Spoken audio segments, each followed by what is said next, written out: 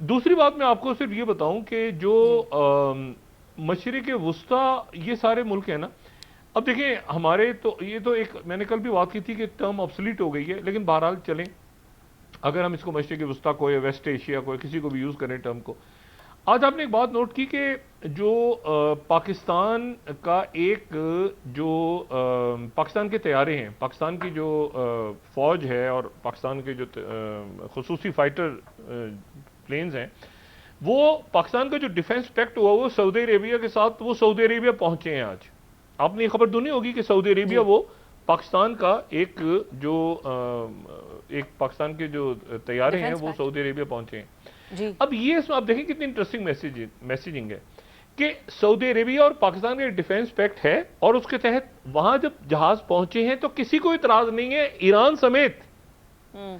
किसी को इतराज किस बात पे है कि वहां पर अमेरिकन अड्डे मौजूद थे। जी। पाकिस्तान का अगर डिफेंस पैक्ट किसी के साथ होता है, किसी मुल्क के साथ, और वो मुल्क पाकिस्तान के साथ कोई भी मुल्क है, इशू उनका है ही नहीं पाकिस्तान का और सऊदी अरेबिया। इशू ये है कि वहां पर जो अमेरिकन अड्डे बने हुए थे वो उन मुल्कों की रजामंदी के बगैर अमेरिका इस्तेमाल कर रहा था ईरान के खिलाफ, या अमेरिका किसी और मुल्क के खिलाफ इस्तेमाल कर रहा था।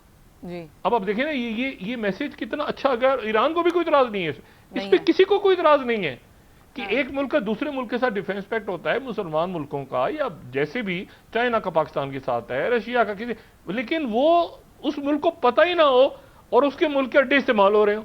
हो रहे तो हैं। ये एक बड़ा खूबसूरत आज एक और मैसेज जो गया है वो ये गया है, और ईरान को राइट। कोई इतराज नहीं है।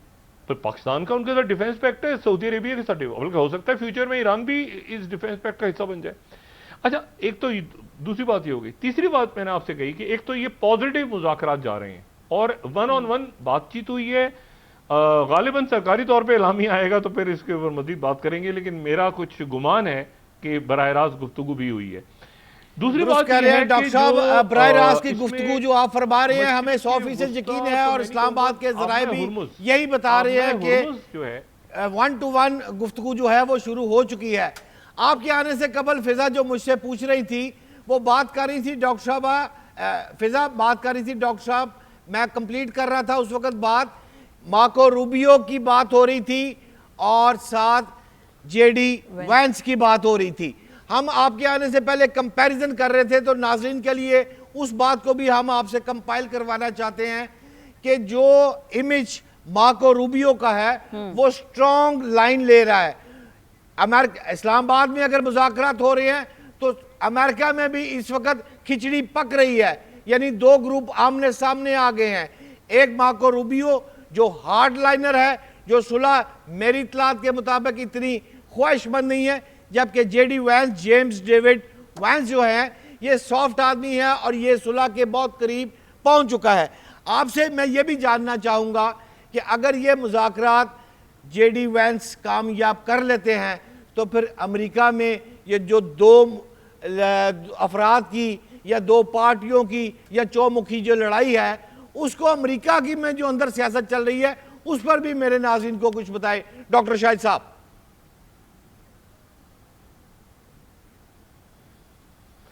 अच्छा, मैं शहजाद बट साहब थोड़ा सा इस पर इख्तलाफ करूंगा। इसमें जो इशू चल रहा है ना कि कौन से लोग जंग चाहते थे, कौन से लोग जंग नहीं चाहते थे, इसमें दो शख्सियात जो हैं उनको एक साथ पीस मेकर्स के तौर पे अमेरिका में प्रमोट किया जा रहा है।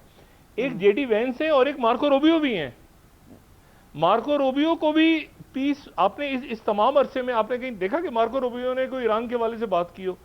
इसमें जो कुर्बानी का बकरा है वो बनेगा पेट हेग्जिट, वो जो सेक्रेटरी वॉर है, वो जो हर रोज आके प्रेस कॉन्फ्रेंस करता था, वो जो टैटू लगा के घूमता है और वो चेयरमैन ज्वाइंट के साथ खड़ा हुआ था, और वो रोज जो है ना एक वो फॉल कुर्बानी का बकरा, वो कुर्बानी का बकरा वो बनेगा।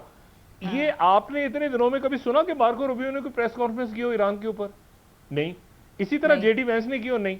अच्छा, अब वहां पर जो अंदर यानी ये चल रही है ना, आप समझें कि ये अभी तो ये इस तरह से है कि ये फॉल गाय कुर्बानी का बकरा बनाएंगे उसको पैती एग्जिट को, कि जी उसके नीचे जनरल्स हटा दिए गए और पेंटागन में लोग रिजाइन कर गए और आखिरी मिनट पे इतने जनरल्स को चेंज कर दिया गया, और ये देखें दोनों पीस चाहते थे, जेडी वैंस भी चाहते थे। अब ये किसको पता है जेडी वैंस भी चाहते थे? ये उनका मीडिया ही रिपोर्ट कर रहा है ना। अच्छा, उनका मीडिया भी दोनों शख्सियात को रिपोर्ट कर रहा है कि ये बड़े पुरअमन लोग थे और इन्होंने इख्तलाफ भी किया और इन्होंने कहा ना करें। अच्छा, इख्तलाफ भी किया, लेकिन प्रेसिडेंट ट्रंप को ये भी नहीं कहा कि ये रुके, मतलब अंदर ही अपने आप से इख्तलाफ करते रहे दोनों। अच्छा जी, चलें जी, ट्रंप साहब से बात करने की हिम्मत नहीं हुई दोनों की, वरना दोनों फायर हो जाते। अब ये आगे जो सियासत होनी है वहां पे, पहले तो ये मेरा ख्याल है ये पैती हेग्सेथ को ये कुर्बानी का बकरा बनाएंगे दोनों। ये एक लॉबी जो है ना कि पीस होना चाहिए और ये होना चाहिए उसको, उसके बाद इन दोनों का टकरा आपस में पड़ेगा कि ये दोनों अमन के लिए हैं आगे, यानी अमन के ख्वाह हैं दोनों। और जेडी वेंस आगे क्या अभी तो ये देखना है कि क्या प्रेसिडेंट ट्रंप इंटरेस्टेड हैं थर्ड टर्म में या वो 2 टर्म्स के बाद ही, क्योंकि उनके जहन में ये भी ख्याल आता है कि मैं अमेरिका के आइन को तब्दील कर लूँ, और अमेरिका के आइन में ये है कि 2 से ज़्यादा दफ़ा कोई शख्स सदर नहीं बन सकता। अब प्रेसिडेंट ट्रंप जो है वो अभी जून में तकरीबन 1 महीना ही रह गया, महीना 1.5 महीना, तो प्रेसिडेंट ट्रंप 80 साल के हो जाएंगे, 80। हम उनको सालगिरह की पेशगी मुबारकबाद देते हैं, जून में वो 80 साल के हो जाएंगे। और वो जो हैं वो ये चाहते हैं, उनके अंदर एक दबी दबी थी ख्वाहिश है कि मैं कोई ऐसा आइन में कोई तब्दीली ऐसी करवा लूँ। अच्छा, वो तब्दीली करवाना बड़ा मुश्किल काम है, 2/3 चाहिए उन्हें, वही पाकिस्तान वाला सिलसिला ही है, दोनों ईवानों में 2/3 इधर उधर। तो वो कहते हैं कि कोई ऐसा तरीका निकले कि उसमें मैं एक अमेंडमेंट करवा लूँ कि तीसरी दफ़ा भी मैं सदर बन जाऊँ, थर्ड टर्म। अच्छा, उनसे सवाल भी हुआ कि क्या आप चाहते हैं कि जी, अच्छा सवाल उन्होंने खुद करवाया। आपको पता है उनके आसपास सारे ऐसे लोग हैं वो खुद ही सवाल करते हैं, कोई बदतमीज आदमी सवाल करे उनसे तो उसको उठा के बाहर फेंक देते हैं वो। तो उन्होंने खुद ही सवाल करवाया कि जी प्रेसिडेंट ट्रंप साहब, आप तो बड़े नौजवान हैं और आपका अगला इलेक्शन लड़ेंगे।